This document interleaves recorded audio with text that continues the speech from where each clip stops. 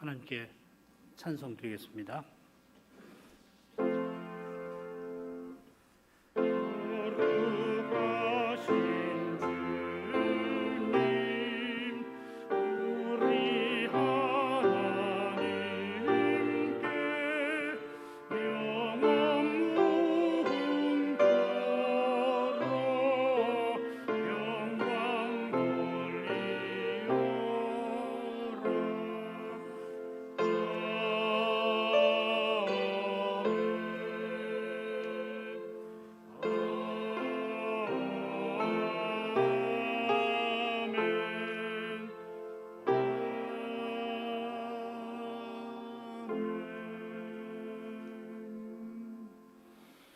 기도하십시다. 거룩하신 아버지, 이제도 저희가 성신 안에서 함께 아버지를 부릅니다. 저희를 독생자 안에서 먼저 부르신 것을 기억합니다. 먼저 성신으로 저희를 아버지께로 나오게 하셨습니다. 그처럼 성신을 저희에게 선물로 부어주셔서 저희가 그리스도 안에서 하나의 새로운 사람으로서 그 사람에 속하여서 아버지께 나오게 하셨습니다. 하나님 이름을 저희가 부를 때마다 아버지의 은혜와 사랑을 기억합니다. 그 은혜와 사랑이 저희를 구원에 이르게 하심을 이제도 고백합니다. 주의 말씀에 거룩한 빛을 비추셔서 오직 그리스도를 더욱 의지하게 하옵소서. 말씀을 깨닫게 하셔서 그리스도의 몸과 지체다없게 행하는 것 때에 그 은혜를 깨달아 감사하며 하나님의 이름을 찬송하게 하옵소서.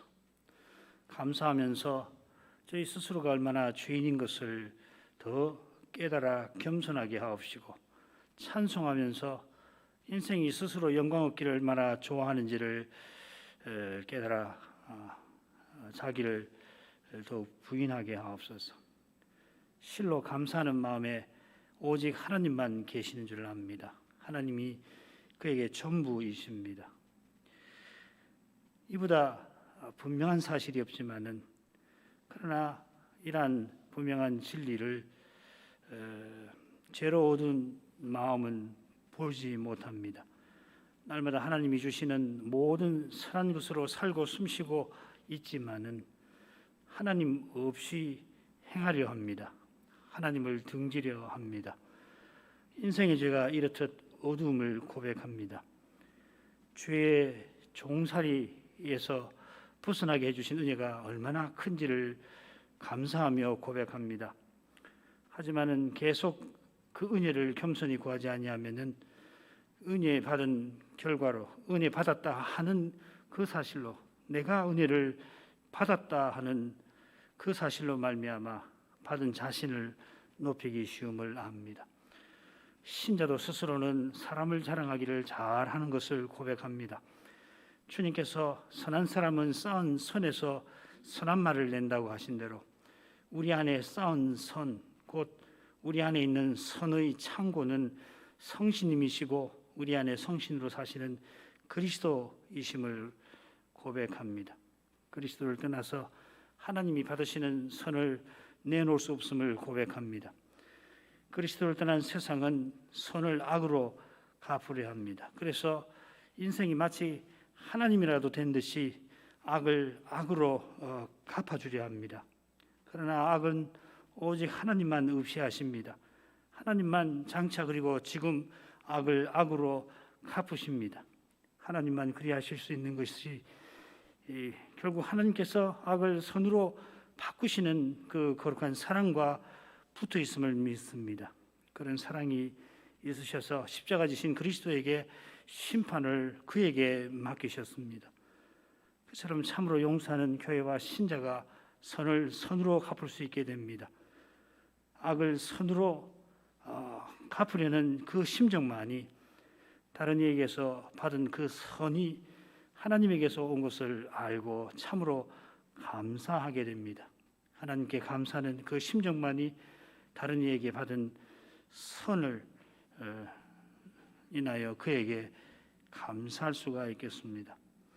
그처럼 다른 이에게 참으로 선을 행할 수가 있을 것입니다. 이런 심정이 있는 교회와 가정에서 악은 참으로 줄어들고 참으로 억제될 것입니다. 그리고 장차는 우리 모두가 그리스도처럼 되어서 악이 그림자조차 보이지 않게 될 줄 믿습니다. 거룩하신 아버지, 이제도 함께 성신 안에서 아버지께 기도하게 하신 것을 감사드립니다. 지금 우리 현실이 어떠할지라도 주의 이름을 계속 부를 수 있게 해 주옵소서. 현실의 무게에 짓눌려서 주의 이름을 부르는 우리의 그 소리가 깊은 탄식처럼 나올지라도, 그러나 그 탄식이 실은 비할 수 없이 무거운 영광의 무게로 말미암은 것임을 꼭 깨닫게 하시옵소서.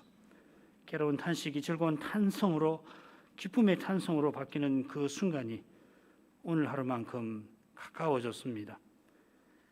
그리스도께서 가까우심을 깨닫는 마음은 이미 하늘의 기쁨에 다가선 줄 믿습니다. 예수님 이름으로 기도합니다. 아멘.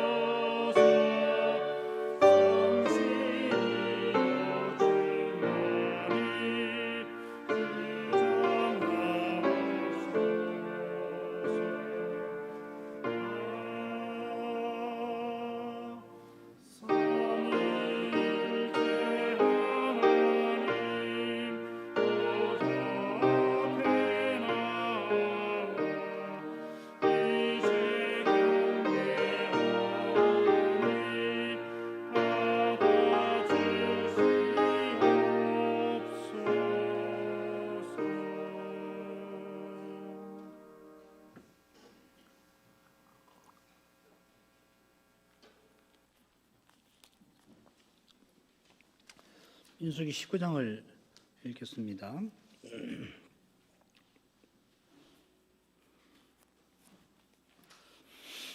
여호와께서 모세와 아론에게 일러 가라사대 여호와의 명하는 법의 율례를 이제 이르노니 이스라엘 자손에게 일러서 온전하여 흠이 없고 아직 멍에 매지 아니한 붉은 암송아지를 내게로 끌어오게 하고 너는 그것을 제사장 엘르아살에게 줄 것이요 그는 그것을 진 밖으로 끌어내어서 자기 목전에서 잡게 할 것이며 제사장 엘르아살은 손가락에 그 피를 찍고 그 피를 회막 앞을 향하여 7번 부리고 그 암소를 자기 목전에서 불사르게 하되 그 가죽과 고기와 피와 똥을 불사르게 하고 동시에 제사장은 백향목과 우슬초와 홍색 실을 취하여 암송아지를 사르는 불 가운데에 던질 것이며 제사장은 그 옷을 빨고 물로 몸을 씻은 후에 진에 들어갈 것이라.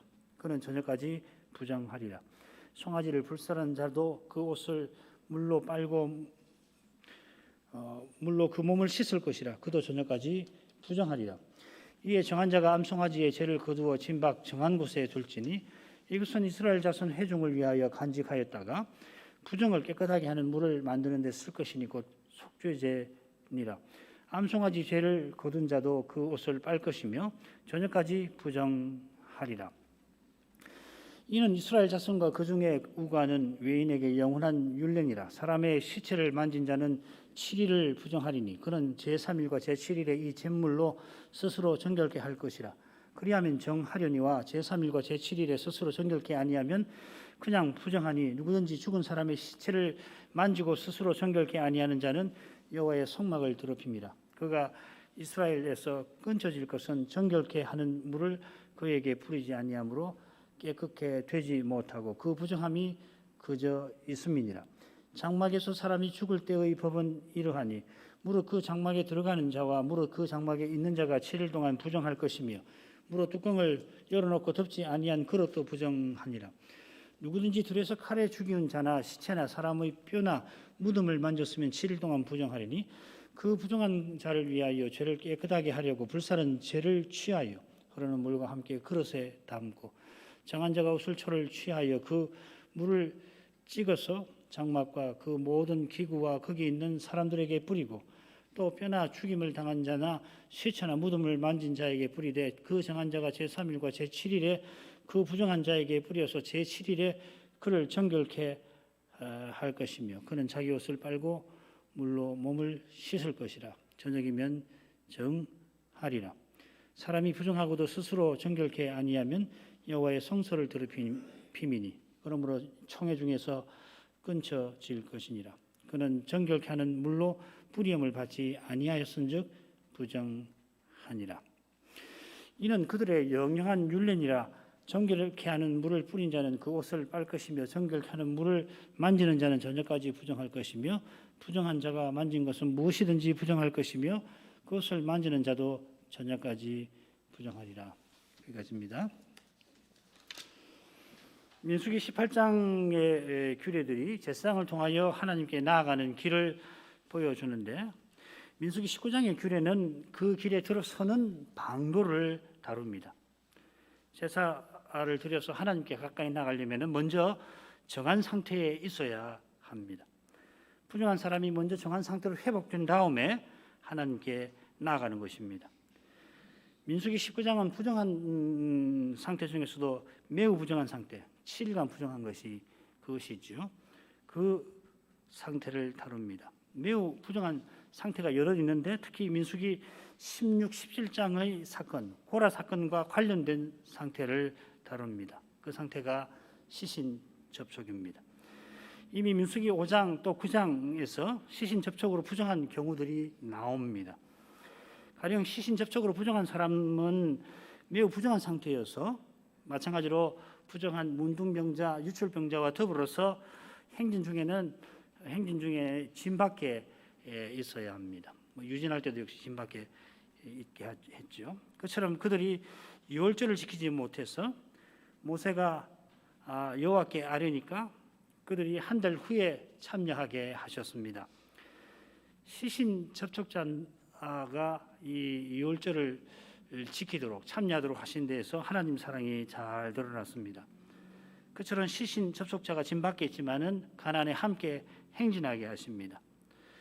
그런 규례들이 이미 있지만은 여기서 시신 접촉자들이 정결케 되는 그 규례를 하나님께서 다시금 내려주십니다. 거기 그 규례에 담긴 뜻을 다시 일러주시는 거죠. 민수기 9장에서 시신 접촉자들이 모세대로 유월절을 지키게 해달라고 한 것을 보게 되면 그들이 정한 상태로 회복되는 길을 이미 알고 있는 거죠. 그죠? 그 길을 다시금 알려주시는 하나님 뜻이 무엇인가 오늘 우리가 오늘 그리고 다음번에 이걸 생각을 해야겠습니다. 그 뜻을 살피려면은 이스라엘 고라 사건 끝에 여호와께 나가는 자마다 다 망할 것이라, 우리가 다 망할 것입니다. 절규한 그 사실을 염두에 두어야 하겠습니다. 먼저 이 율례 줄거리를 보십시다.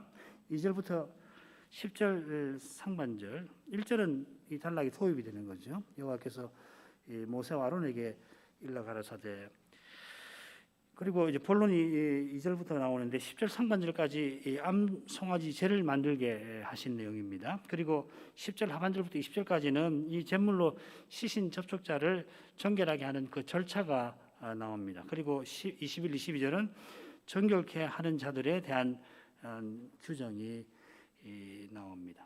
세 부분은 똑같이 이는 율례라 하는 표현으로 시작됩니다. 2절, 10절 하반절 그리고 21절 나옵니다. 사실 이것이 우리말 여러분 갖고 계시는 성경은 아마도 이 단락의 끝에 나오도록 번역이 됐을 텐데 실은 이 부분부터 이 단락이 시작된다고 보시는 것이 좋습니다.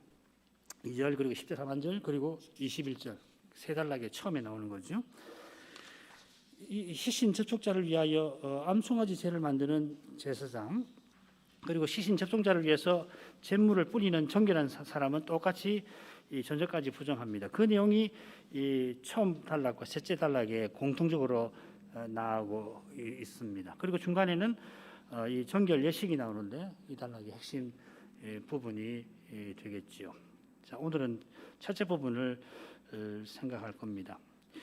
여호와께서 모세와 아론에게 일러 가라사대 한 대로 이 모세와 아론이 함께 암송아지 제의 율례를 시행할 겁니다. 2절에 보시면은 네개로라고 하는 표현이 나오는데 마치 모세와 아론이 한 사람인 것처럼 명령을 내리고 계십니다. 2절에 너라고 하는 것은 아론인지 모세인지 특정할 수 없는데 뭐 누구가 됐든지 상관이 없을 겁니다. 먼저 암송아지 제를 만드는 과정이 나오는데 2절부터 6절까지 읽어보겠습니다.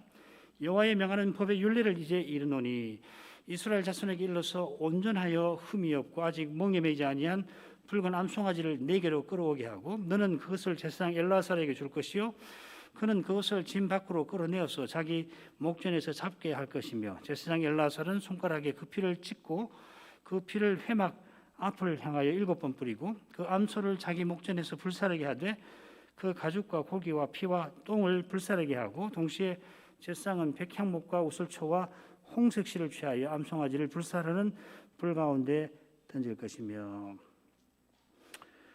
2절은 이는 여호와께서 명하신 율법의 율례라 이렇게 시작됩니다. 우리말로 좀 풀어서 이제 번역을 해놨죠.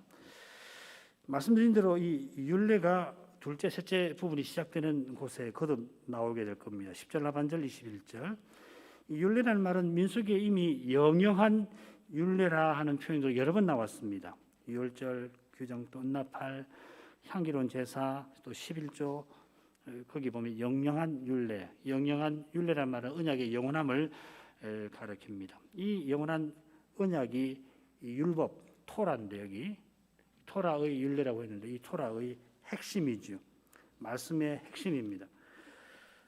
먼저 이스라엘 자손이 온전하여 흠 없고 멍에 매지 아니한 암송아지를 4개로 끌어오게 합니다.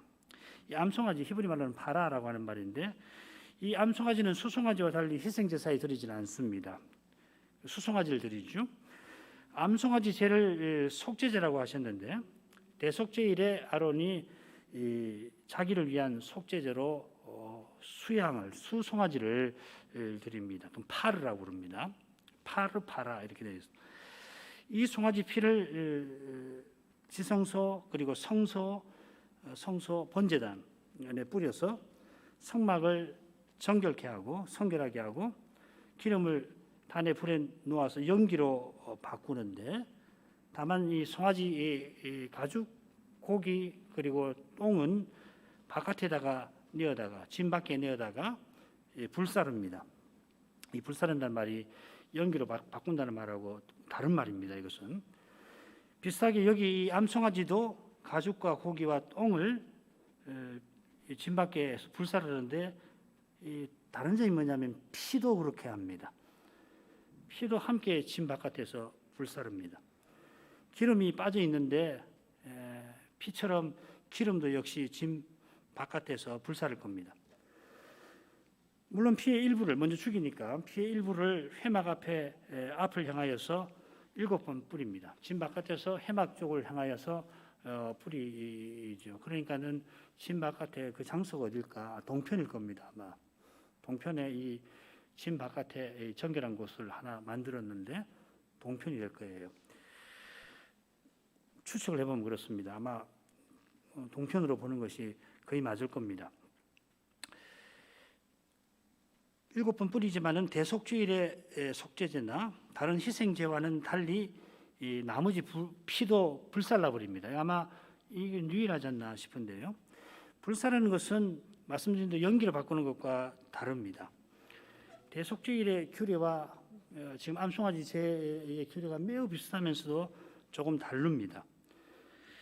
무엇보다 히브리서에서 염소와 황소의 피와 및 암송아지의 죄를 나란히 언급하면서 똑같이 뭐라고 하냐면 부정한 자의 육체를 거룩하게 한다 할 만큼 이 대속죄제의 제사 피와 암송아지의 죄는 비슷합니다.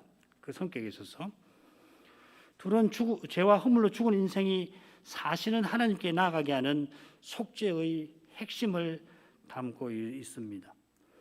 그러면서도 수송아지 피는 지성소까지 들어가서 뿌리지만은 암송아지 피는 일부를 회막을 향하여 뿌리긴 하지만은 진 바깥에서 일부 뿌리고 나머지는 놀랍게도 불살라 버립니다. 그처럼 백향목, 우슬초 그리고 홍색실도 함께 불살합니다.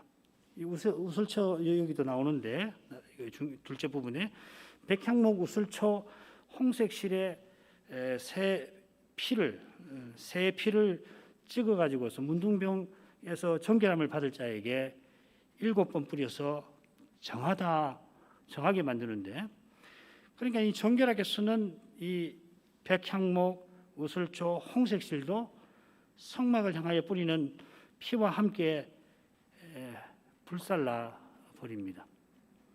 가죽이나 똥은 원래 부정한 것인데 그런 것도 함께 불살릅니다. 그처럼 온전하고 흠없는 암송아지를 진 안에서 잡는 게 아니라 아예 진 밖으로 끌고 나가서 진 밖에서 잡습니다. 흠없는 송아지가 부정한 것으로 와서 죽는 겁니다. 죽을 뿐만 아니라 불에 완전히 살라져 버립니다.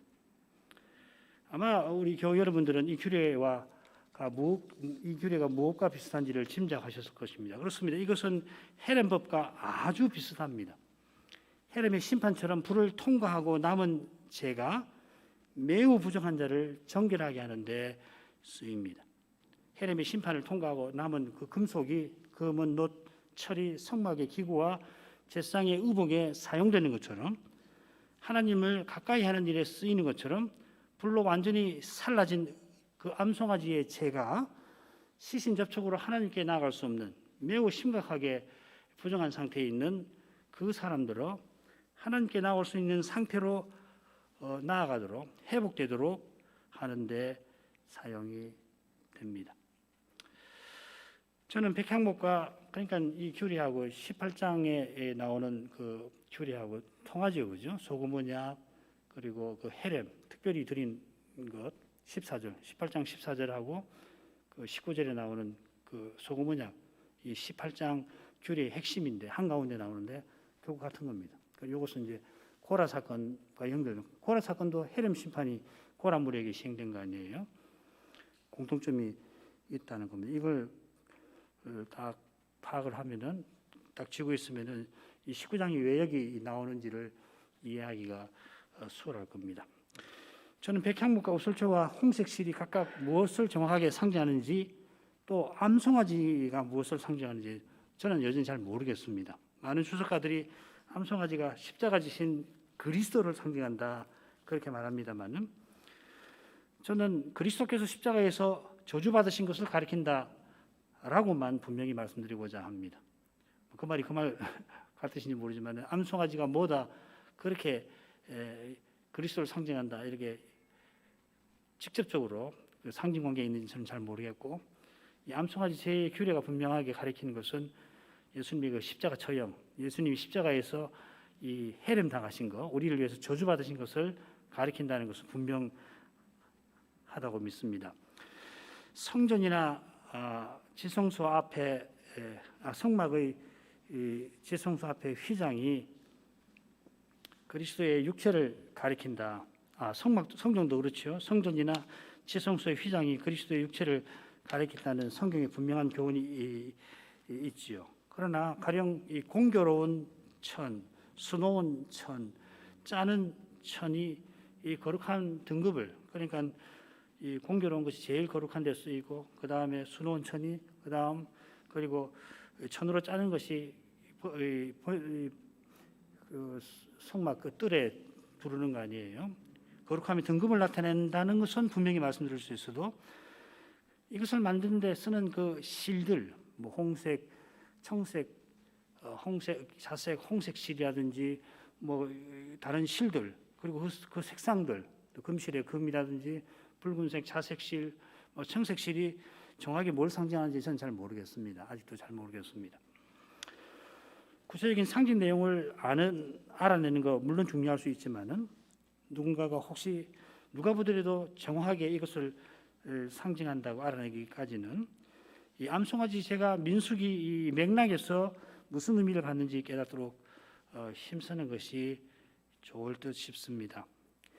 이 규례가 헤렘과 비슷하다는 사실은 고라 사건에 헤렘 심판이 있었고 그 심판을 목격한 이스라엘 자손이 하나님을 가까이 할 때에 그 심판을 당하지 않을까 두려워하는 현실에 비춰볼 때 17장 마지막에 그것이죠. 하나님께서 이 연약한 백성을 얼마나 극진히 사랑하시는지를 우리에게 일깨워 줍니다. 그들이 고라 무리처럼 하나님을 향하여 악한 원망을 했고 그래서 하나님께서 그들을 멸하려 하셨습니다. 이 칼라라는 말을 쓰는데 이 말은 가나안 족속을 멸하라 할 때 쓰는 그 표현입니다. 가나안 족속을 해렘하라고 하셨죠. 그러나 모세와 아론의 중보를 통하여 그들이 고라 무리처럼 거듭 진멸당하지 않았습니다. 고라 무리와 달리라고 해야 되겠습니다. 무리와 달리 거듭 진멸당하지 않았습니다. 오실 메시아께서 우리를 대신하여 진노와 저주를 받으실 것이라서 여호와께서 그들을 멸하지 아니하신 것입니다. 특히 전염병으로 14만 7천 명이나 되는 사람이 죽어 시신이 되었습니다.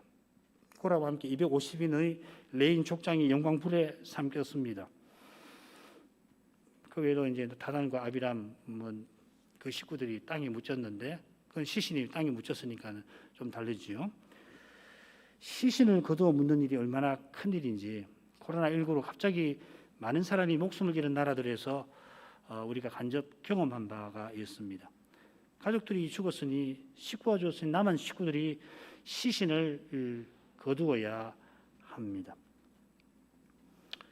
이스라엘 상자의 수가 2만 2천 명이 조금 넘으니까 그러니까 이스라엘의 집안 수가 2만 2천이 조금 넘는 거 아니에요? 그러니까 거의 한 집에 한 사람이 죽어 시신이 된 셈이죠. 그러면은 거의 모든 회중이 시신 접촉자가 될 그런 상황이라는 것을 우리가 짐작해 볼 수 있어요. 물론 뭐 한 집에 한 사람씩 죽었는지 알 수 없지만은 이 통계로 보면은 이 보통 시신 접촉이 문제가 지금 보통 심각한 문제가 아니라는 것을 능히 짐작할 수가 있습니다. 우리 시신을 운반하려고 할 때 장정이 뭐 대여섯 명이 해야 겨우 옮기잖아요. 옮기는 것만 해도 그렇고 그 외에도 그 시신을 닦고 뭐 옮기고 또 그 염하고 뭐 얼마나 많은 사람들이 그 식구들이 그 시신을 그냥 둡니까? 사랑하는 식구가 죽었는데 그 시신을 만지고 떠나보내기 싫어서 손을 만지고 그럴 거 아니에요? 그러니까는 오원혜중이 지금 시신 접촉자처럼 됐다, 그렇게 말해도 과언은 아니겠죠. 어쩔 수 없이 접촉하지만은 두려움이 회중의 마음을 사로잡았습니다. 자기네도 얼마든지 전염병에 옮아서 죽임당할 수 있습니다. 죽은 자들보다 자기네가 나을 게 없습니다. 하나님 앞에 죄인으로서 똑같습니다. 그제로 고라무리는 진멸당했습니다. 실제로 해련당했습니다. 그런 심판을 받지 않으리라 장담하지 못합니다. 죽는 것 실로 두렵습니다마는 언약에서 끊어지는 것은 실로 두렵습니다. 두려워서 떠는 그들에게 암송아지 제의 규례를 말씀해 주십니다. 그들이 스스로는 하나님께 나올 수 없는 부정한 자들이지만은 하나님께서 그들을 가까이 하실 뜻을 환히 보이시는 겁니다. 우리가 간혹 하나님께 나아갈 엄두가 나지 아니하는 그럴 때가 있는데 우리 대신 십자가에서 저주받으신 그리스도를 바라보아야 하겠습니다. 허물과 죄로 죽은 우리인데 그리스도와 함께 살리실 뿐만 아니라 하늘에 함께 앉게 하셨습니다. 이 은혜를 참으로 깨닫는 교회와 신자는 결코 다시 교만한 마음을 품지 못할 것입니다. 암송아지를 재로 만든 다음에 지켜야 할 내용이 이어 나옵니다. 제사장은 7절부터 10절 상반절입니다. 제사장은 그 옷을 빨고 물로 몸을 씻은 후에 진에 들어갈 것이라. 그는 저녁까지 부정하리라. 송아지를 불사른 자도 그 옷을 물로 빨고 물로 그 몸을 씻을 것이라. 그도 저녁까지 부정하리라. 이에 정한 자가 암송아지 죄를 거두어 진박 정한 곳에 둘지니 이것은 이스라엘 자손 회중을 위하여 간직하였다가 부정을 깨끗하게 하는 물을 만드는 데 쓸 것이니 곧 속죄제니라. 암송아지 죄를 거둔 자도 그 옷을 빨 것이며 저녁까지 부정하리라. 이스라엘 자손이 가져온 이 암송아지를 제사장 엘라살에게 주어서 진 밖에서 죄로 만들게 하셨습니다.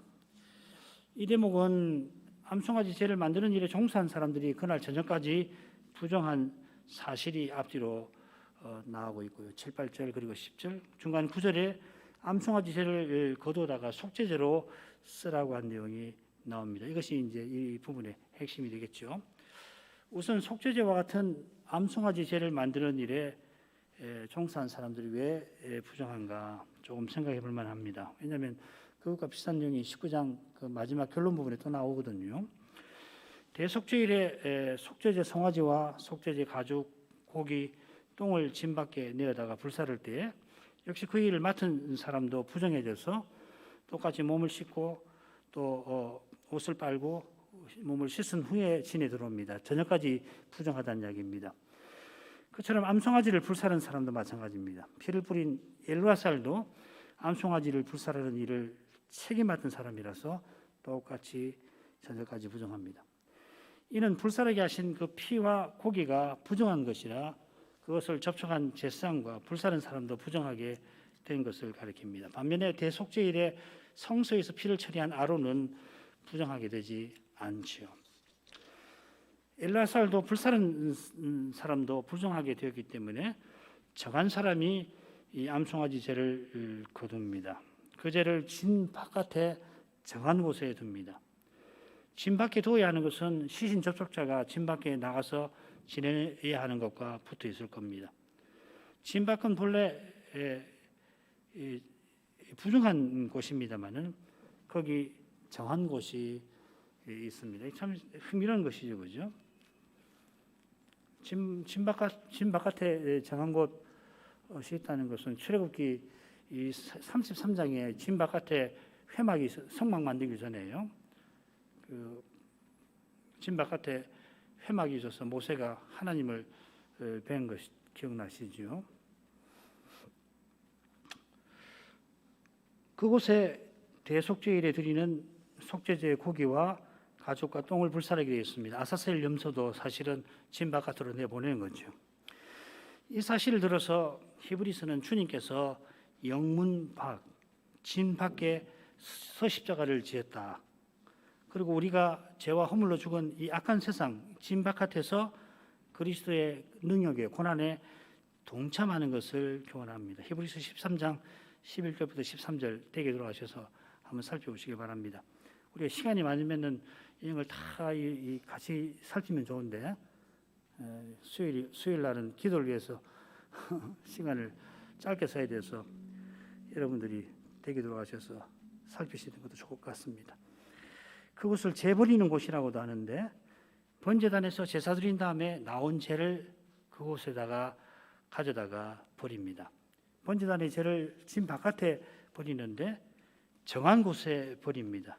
그 이유는 뭐냐면 제가 번제단의 그 불을 통과한 제물의 재, 그러니까 제물이 불을 통과하고 남은 재지요. 그래서 이 재라는 말이 기름이라는 말하고 기름이라는 말로도 쓰입니다. 그 기름의 재지요, 사실은. 그러나 이 재는 번제단에서 물린 재는 시신 접촉자를 정결하는 데 쓰지는 않습니다. 오직 암송아지 재만, 진 바깥에서 불살라버린 이 암송아지 재만 거기다가 씁니다. 암송아지 재를 진 바깥에 정한 곳에서 보관했다가 부정을 깨끗게 하는 물을 만드는 데 씁니다. 시신을 접촉한 사람이 진 바깥에 나가서 이 물을 뿌려서 2번 뿌리죠. 정결한 상태로 회복됩니다. 그래서 이 물이 속죄제입니다. 대속죄일마다 대제사장은 자신과 이스라엘 회중을 위해서 황소와 염소로 속죄제를 드리는데 제물의 피를 지성소와 성소와 번제단에 뿌리지요. 이 순서가 그렇게 되어 있어요. 먼저 수송아지로 자기 죄를 속하는데 지성소로 갔다가 성소로 나옵니다. 그리고 다시금 이제 염소를 잡아가지고 지성소로 가서 피를 뿌리고 또 성소에서 피를 뿌리고 그 다음에 마지막에 수송아지 피하고 염소의 피를 함께 번제단에서 처리를 하죠. 1이라고 하는 것이 있고 7이라고 있는데 7번 뿌리는 곳이 있고 1번 뿌리는 곳이 있습니다. 1하고 가로하고 4라고 하는 것은 네 뿔에 뿌리는 겁니다. 번제단의 네 뿔에 한 번씩, 그리고 성소의 그 분향단에 뿔이 있잖아요. 산을 상징하는데 거기다가 뿌리는, 그 1이면서 4입니다. 7은 이어지는 곳을 다가 7번 뿌리는 겁니다. 세 공간에 한 번 뿌리는 곳이 있고 7번 뿌리는 곳이 있습니다. 한 번 뿌리는 곳은 지성소에서는 속죄소 위, 성소에서는 향단의 네 뿔, 번제단에서는 단의 네 뿔이고요. 7번 뿌리는 곳은 속죄소 앞, 그리고 지성소 앞 휘장, 그리고 번제단 위입니다. 7번 뿌리는 것은 지성소, 성소, 번제단을 있는 길에 해당되고 통로에 해당되고, 한 번 뿌리는 것은 각 공간의 대표적인 장소입니다. 이렇게 피를 복잡하게 뿌리는 것은 이스라엘의 죄로 말미암아 하나님께서 임재하시는 곳, 백성이 하나님께로 나아가는 길이 부정하게 되었는데 그 부정해진 것을 다시 정결하게 해서 하나님이 계시고 그리고 그 하나님께로 이스라엘이 나아갈 수 있도록 하려는 것입니다. 비슷하게 시신 접촉으로 매우 부정하게 된 사람이 진 바깥에 나가서 암송아지 죄로 정결한 상태로 회복됩니다. 그런데 다음 시간에 절차를 생각하죠. 마치 속죄제를 드린 것과 같은 겁니다. 암송아지 죄가 염소와 항소의 피와 나란히 히브리서 9장에 언급된 이유이기도 합니다. 대속죄일에 속죄제를 드려서 전체 이스라엘이 새로운 해에, 다가오는 해에 다시금 여호와께 나가 제사를 드릴 수 있는데, 그처럼 시신 접촉자도 암송아지 제를 통하여 여호와께로 나아갑니다. 대속죄일이 얼마나 중요한지는 그날만 대제사장이 지성소에 그날만 들어가는 것에서 알 수가 있습니다. 그래서 사람들이 지성소에 한 번 들어간다고 그랬는데 한 번 들어가는 건 아니죠. 한 3번 들어갑니다. 실은 향연을 만들러 가고 황소의 피 뿌리로 들어가고 그리고 또 염소의 피 뿌리로 들어가고 3번을 들어갑니다. 실은 한 번 아닙니다. 하루 들어간다고 하시면 좋습니다. 비슷하게 번제는 그 짐승의 털까지 다 태워드린다고 그러는데, 번제는 짐승의 털까지 태우는 건 아닙니다. 가죽은 벗겨가지고서 가죽은 제사장에게 주는 겁니다. 나머지를 다 태우는 거죠. 물론 똥은 가죽과 함께 보이고, 워낙 강조하다 보니까 번제는 짐승의 털까지 다 태워드린다 그렇게 이제 이야기하는데, 그건 사실은 하고는 좀 달라요. 마찬가지로 이 대속죄일에 지성소에 한 번 들어간다고 해서 한 번 들어가는 건 아닙니다. 3번 들어갑니다. 실은. 강조하느라고 그렇게 쓰는 거겠죠. 그만큼 중요합니다. 다른 날은 대제사장이 지성소 들어가면 안 됩니다. 암송아지 제가 대속죄일에 드리는 황소와 염소의 피와 나란히 언급될 정도니까 지금 시신 접촉으로 두려워하는 이스라엘 백성에게 이 규례에 담긴 교훈이 얼마나 유료가 되었을까 짐작해 봅니다. 대속죄를 통하여 전체 이스라엘이 여호와께 새롭게 나갈 수 있듯이 비록 고라의 선동에 휘둘려서 스스로는 감히 하나님께 나갈 엄두를 내지 못하는 이 광야의 이스라엘들은 대부분이 지금 시신 접촉자라고 가정해 볼 때에 암송아지의 죄로 말미암아 담대히 하나님께 제사 드리도록 하시는 겁니다. 자기네도 헤렘 심판을 당하지 않을까 두려워하는 이스라엘 대신 암송아지가 헤렘의 심판을 받았습니다. 이는 하나님께서 친히 언약의 저주를 담당하실 것을 가리킵니다. 지극히 의로우신 하나님께서 저주받아 마땅한 이스라엘을 그저 용서하지 않으신 것입니다. 장차 친히 사람이 되셔서 십자가에서 언약의 저주를 친히 받으실 것이라 이제도 이 큰 죄인들을 용서하시는 겁니다. 우리도 마찬가지죠. 나같이 큰 죄인을 어찌 주님이 용서해 주시는가? 예수님이 십자가 외에는 용서받을 길이 없다는 것을 우리가 고백할 수밖에 없잖아요. 이런 점에 비추어 암송아지 제를 만드는 일에 참여한 사람들이 저녁까지 부정하게 되는 사실도 이 두려워하는 백성의 교훈이 되었을 줄 압니다. 아론은 대제사장이라 어떤 시신과도 접촉해서는 안 되니까 아론을 이어서 대제사장 되는 이 엘라살이 그 일을 맡았고 다른 제사장이 암송아지를 불살랐고 아마도 다른 제사장이 죄를 거두어서 정한 곳에 두었을 것입니다. 코라 무리가 시기하고 백성이 원망하던 그 제사장이 이스라엘의 회복을 위해서 지금 수고하고 있습니다. 제사장 없이 그리스도 없이 백성이 하나님을 가까이 하지 못합니다. 목사로 읽으면 안 됩니다. 이 사건을 가지고 목사 없이가 아니고 그리스도 없이 그리스도를 떠나서 하나님을 가까이 하지 못합니다. 코라 무리의 죄는 그저 모세와 아론을 대적한 게 아니라 그리스도를 대적한 데 있습니다. 하나님께서 그들이 결국 하나님을 악하게 원망했다고 하셨는데 하나님께서 중보자를 통하여 구원하실 뜻을 거역한 것입니다. 그런 그들을 위하여 하나님께서 제사장 들어 수고하게 하신 것입니다. 자, 이런 데서 그들이 하나님 사랑을 맛보도록 힘을 내서 하나님께 나오도록 하시는 것이겠습니다. 이 정도 하고도 다음 시간 또 계속 이 주제를 생각해 보죠.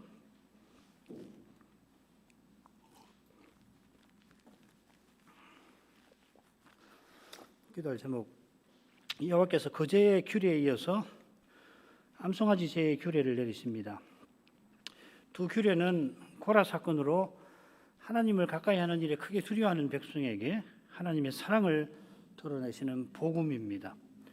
우리가 흔히 율법과 복음, 특별히 루터의 전통에 따라서 이 둘로 나눕니다만은 구속하신 하나님께서 계명을 주셔서 하나님 나라를 이루게 하셨으니 율례가 이처럼 특별히 사건과 붙여서 하나님의 구속의 역사에서 생각을 해보면은 거기 복음이 자연히 드러나는 겁니다.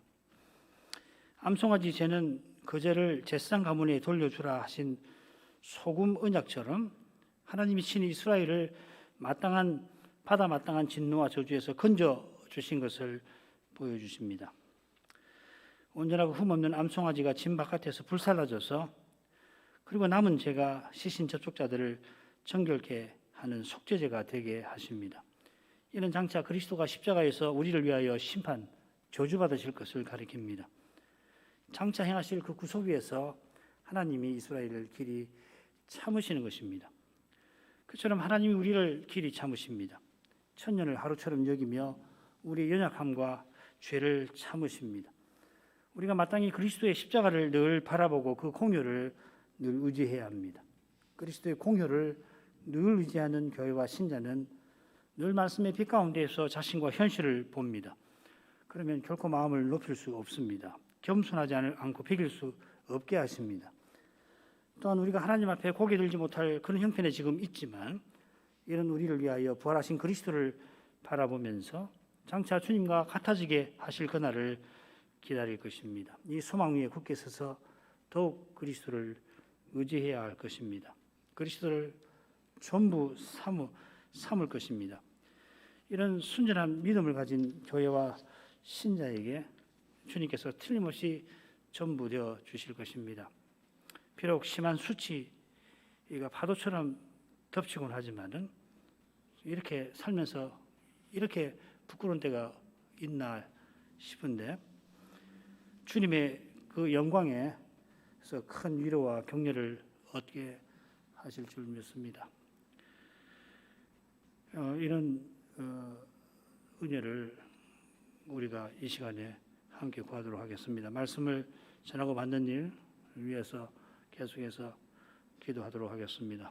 잘 아시다시피 금요일 정기의정회가 있는데 이 정기의정회에서 의정회 정상화에 관한 이야기가 있을 겁니다. 하나님께서 은혜 주셔서 우리 교회가 가야 할 길을 보여주시고 또 그 길을 갈 수 있게 해달라고 기도해 주시기 바랍니다. 기도하겠습니다.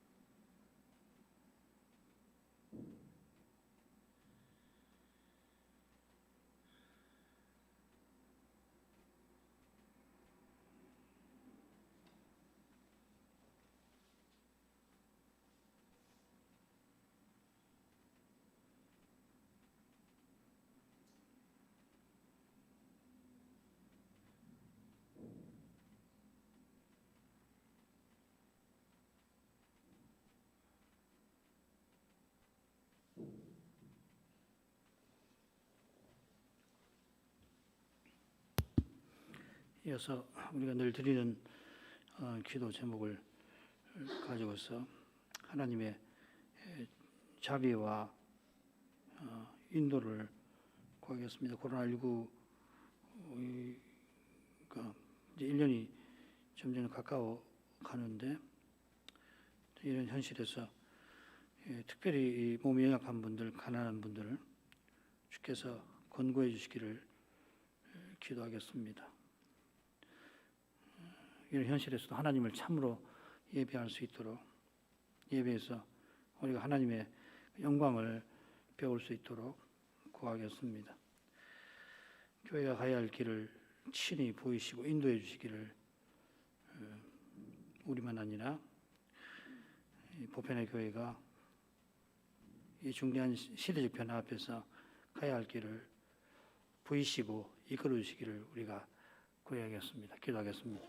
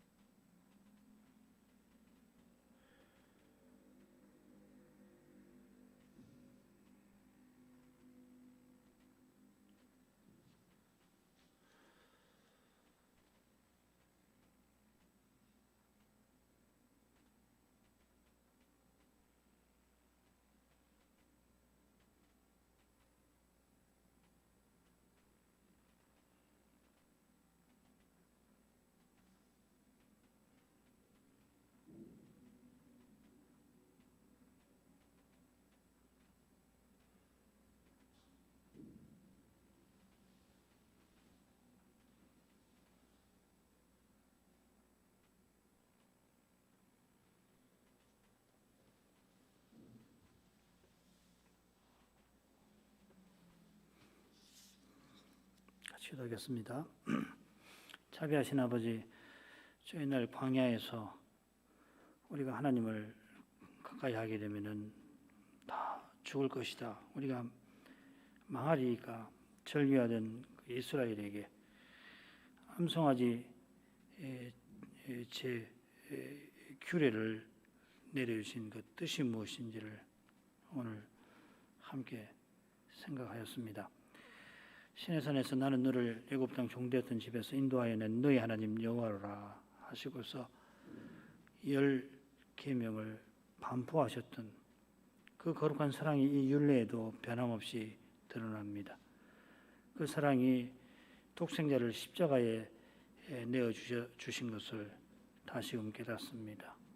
얼른 생각하면 신약 신자들에게 실제로 아무런 상관없는 율례 같으지만 그러나 거기 주의 영광 곧 부활하신 그리스도의 영광이 비칩니다. 그 영광을 저희가 참으로 뵙기를 구합니다. 뵙고서 주의 형상으로 변화받게 되기를 그리스도를 드러내며 살기를 원합니다. 그리스도께서는 하나님이신데도 세상 죄를 지고 하는 하나님의 어린 양 되셔서 십자가로 나가셨습니다. 그 십자가가 영문 밖에 진 밖에 있었고 거기서 주님께서 아버지로부터 저주와 진노를 받으셨습니다. 받으신 진노와 저주는 실은 우리의 것이었습니다. 우리가 받아야 할, 영원히 받아야 할 형벌이었습니다. 그러나 주님께서는 가장 사랑하시는 아버지에게서 그 진노와 저주를 기꺼이 받아주셨습니다. 아버지를 향한 그 사랑에서 할 수만 있다면 그 잔을 마시지 않기를 간곡하게 3번이나 기도하셨지만은 우리를 향한 사랑에서 그 사랑하시는 아버지에게 버림받으시는 그 일을 마다하지 않으셨습니다. 인생을 반역한 하나님을 반역한 인생, 하나님을 등진 원수노로 타던 이런 인생에게 내리시는 고라 무리에게 내리시는 저 두려운 심판, 헤렘 심판을 주님이 우리 대신 받아주셨습니다. 이제 이 그리스도를 믿는 자는 하나님께서 맏아들 그리스도 안에서 자녀로 삼아 주십니다.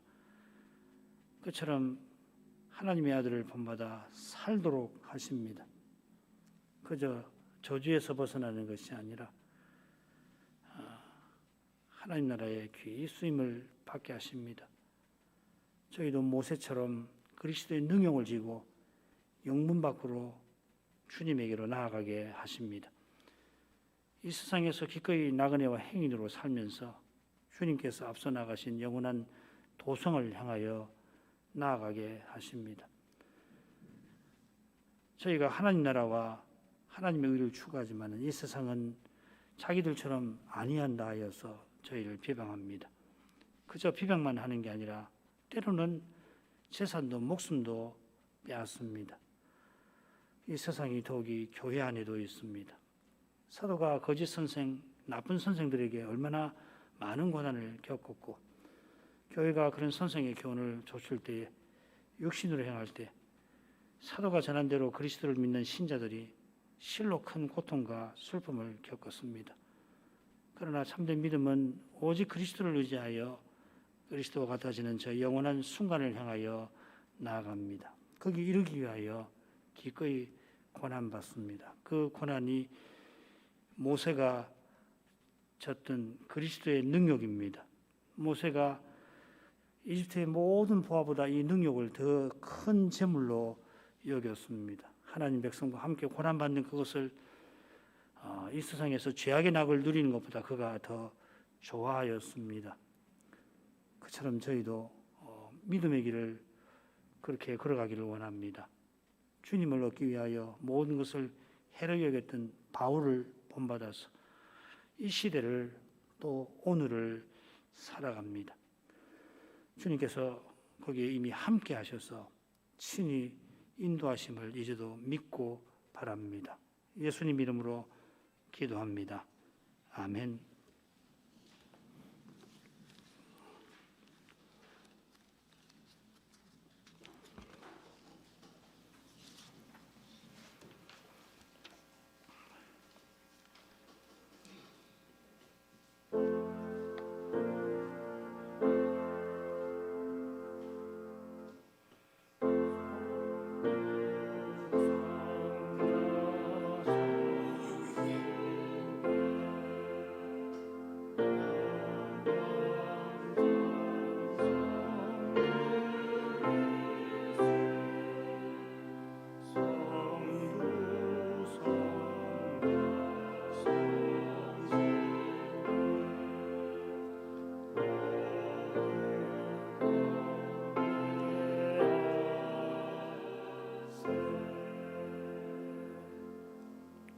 기도하시죠. 자비하신 아버지, 이제도 그리스도 안에서 드러내신 그 거룩한 사랑을 이 힘든 저희 현실 가운데에서 간절히 바라봅니다. 그 사랑이 변함없어서 저희가 이날에도 주의 이름을 부르게 하신 줄 믿습니다.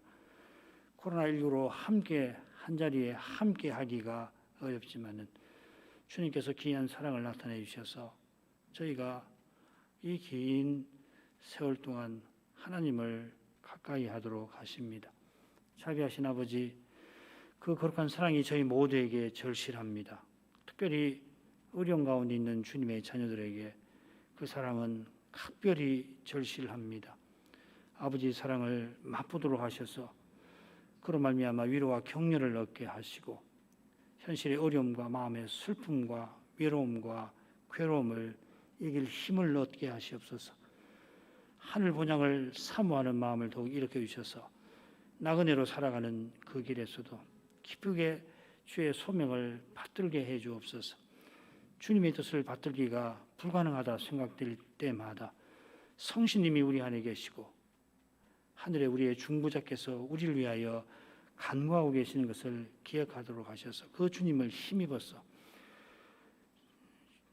놓으신 그 자리에서 그리스도의 사랑을 꼭 드러낼 수 있게 해 주옵소서. 그 사랑을 드러내는 데 필요한 모든 것을 주님은 틀림없이 주실 것입니다.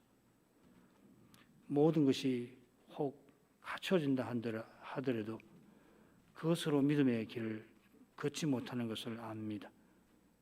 주님이 함께 해주셔야, 주님이 친히 붙들어 주시고 인도해 주셔야만 걸어갈 수 있음을 압니다. 주님, 저희가 이제도 저 하늘나라를 소망합니다. 그리스도와 같아지게 하실 그날을 바라봅니다. 오시는 주님을 기다립니다. 이제도 속히 오시는 줄 믿습니다. 예수님 이름으로 기도합니다. 아멘. 기도를 마치겠습니다. 인사드립니다.